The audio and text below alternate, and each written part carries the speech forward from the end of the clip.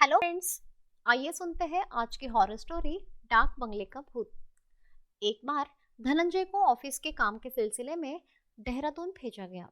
वहां जाने के लिए उसने अपना सफर शुरू किया, मगर उसकी मंजिल मतलब शैतान घाट के डाक बंगले तक पहुंचने के लिए उसे बहुत ही ज्यादा कठिनाइयों का सामना करना पड़ा।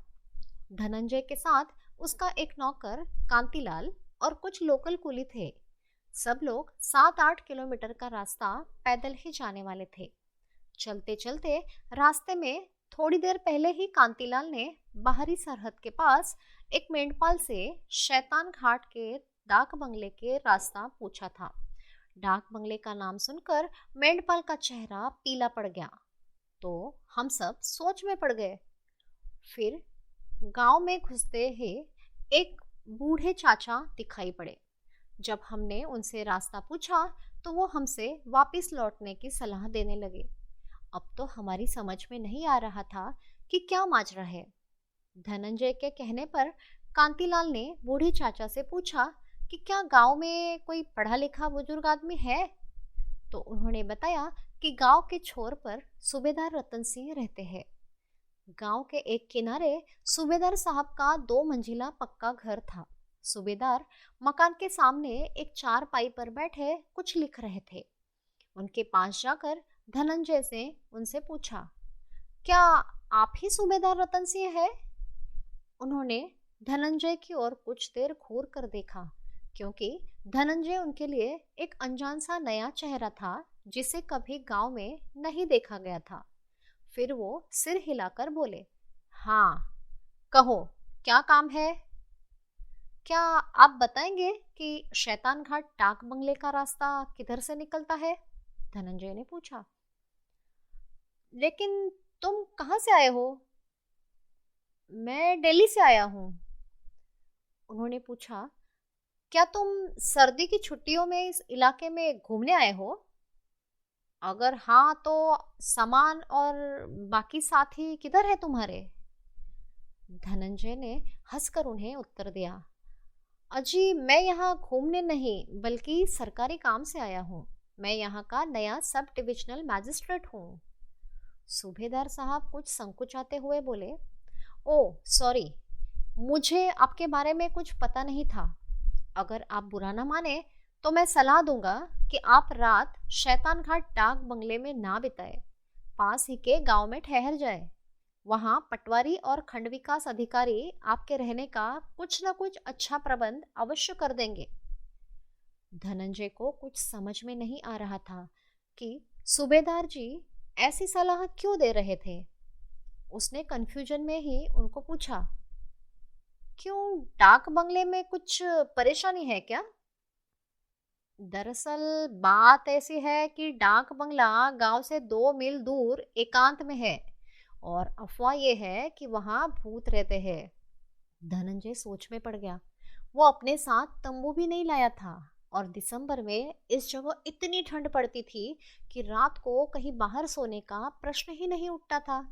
अगर धनंजय डाक बंगले के बजाय पास के गांव में ठहरता तो उसे खंड विकास अधिकारी और पटवारी की सहायता लेनी पड़ती।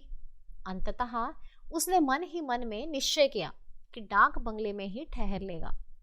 फिर वो जैसे तैसे डाक बंगले पहुंच ही गया। उसने देखा वहां एक ही छोटा सा कमरा था जिसकी दीवारी पर बरसों से पुताई नहीं हुई थी।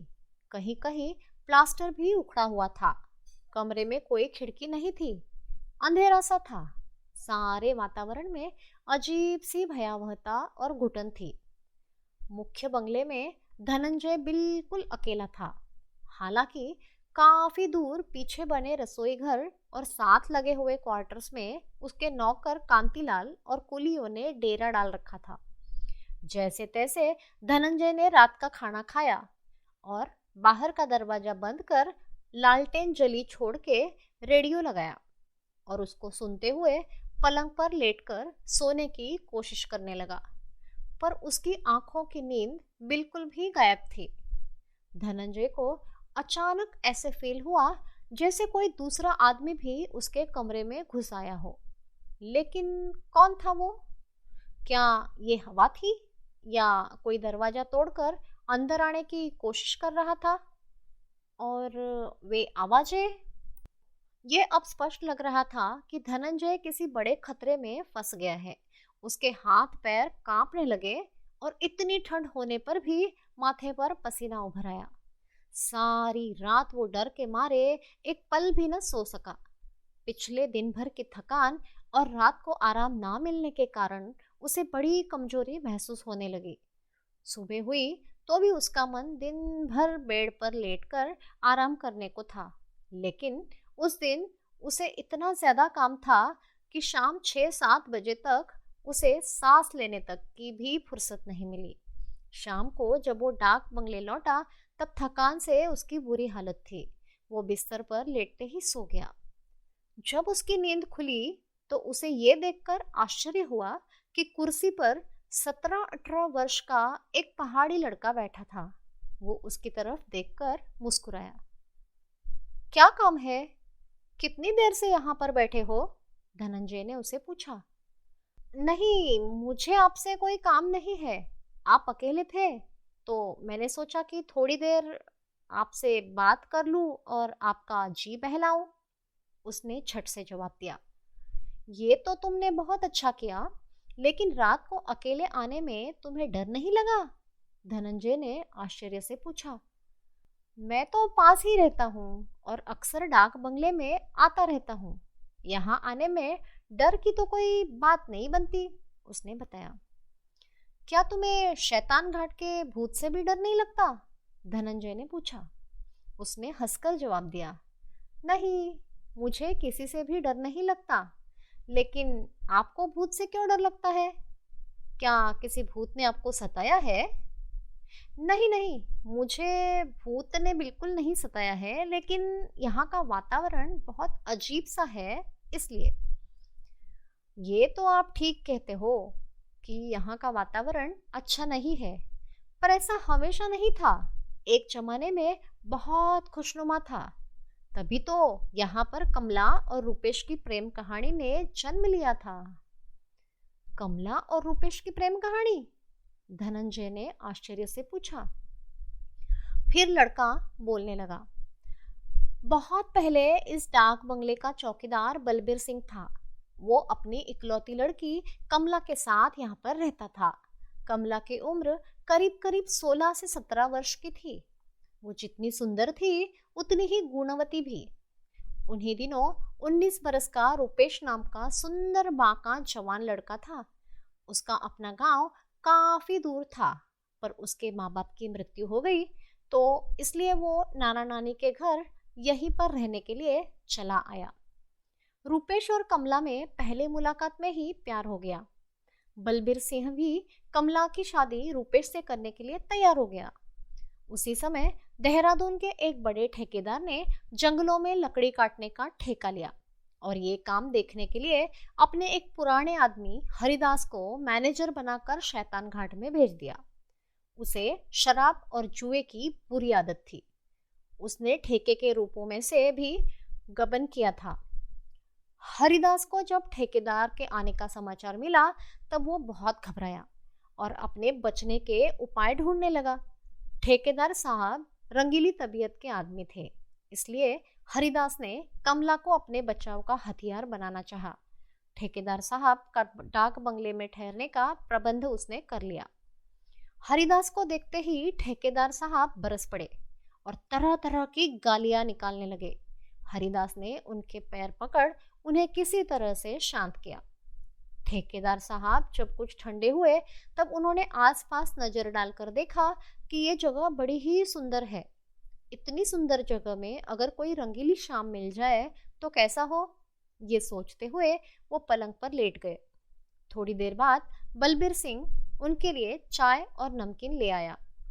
शाम होते ही जब शराब का दौर शुरू हुआ तब हरिदास ने अपने एक खास आदमी को 2 विलायती बोतलें दे समझा बुझाकर बलबीर सिंह के पास भेज दिया। आदमी बलबीर सिंह को अलग ले गया और कहा कि उसके काम से खुश होकर ठेकेदार साहब ने उसके लिए 2 विलायती शराब की बोतलें भेजी है।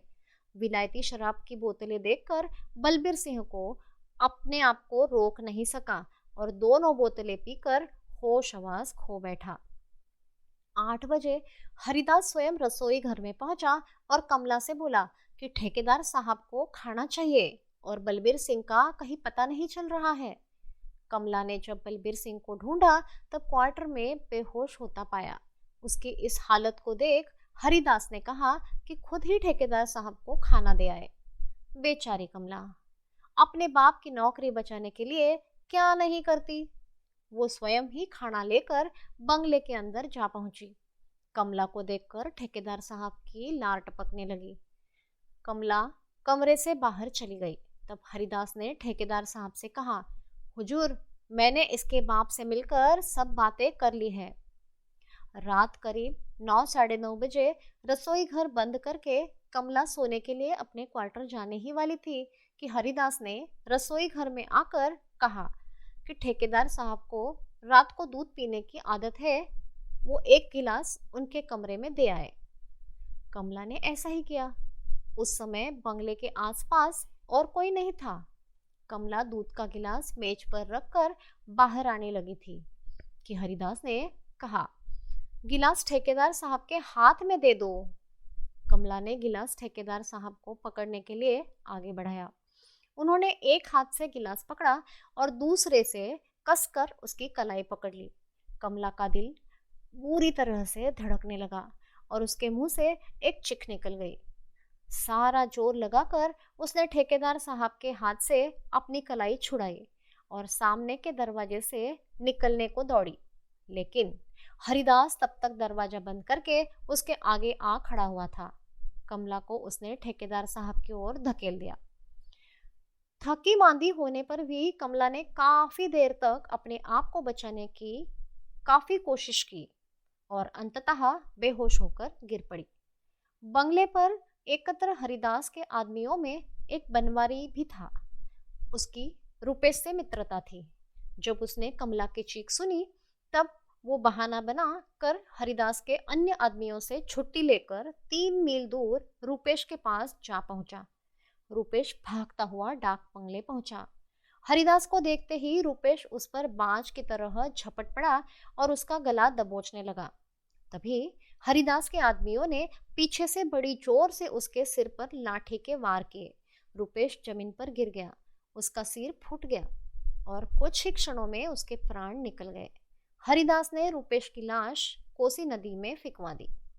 रात को बहुत देर जब कमला को होश आया तब वो बेहाल थी। उसके शरीर में हिलने तक की भी ताकत नहीं थी। फिर भी वो लड़खड़ाते कदमों से डाक बंगले के अहाते से निकलकर रुपेश के घर का रास्ता लेने वही वाली थी कि तभी बनवारी ने सामने से आकर उसे बताया कि उसने रुपेश को खबर दी थी और तुम्हें बचाने के लिए वो आया भी था, लेकिन हरिदास के आदमियों ने उसे मारकर नदी में फेंक दिया है। कमला ने जब ये सुना तो वो उल्टे पांव लौट गई और नदी में कूदकर अपनी जान दे दी। कमला और रुपेश की प्रेम कहानी सुनकर लड़का चुप हो गया था। कुछ देर हम यूं ही बैठे रहे। कमला और रुपेश की प्रेम कहानी ने धनंजय के हृदय को छू लिया था। उसने विस्मित होकर जब लड़के से पूछा, तुमको रुपेश तथा कमला की प्रेम कहानी की इतनी प्रामाणिक जानकारी किसने दी? तो प्रत्युत्तर में मधुर मुस्कान बिखराते हुए लड़के ने कहा, मैं ही तो वो रुपेश हूँ। और इस तरह उत्तर के साथ ही वो वहां से अदृश्य हो गया। भूत प्रेत की कई तरह से होते हैं, कुछ अच्छे तो कुछ बेहद बुरे। इस कहानी से हमें ये सीख मिलती है कि कहीं सुनी बातों पर हमेशा विश्वास करके डरना नहीं चाहिए। धन्यवाद।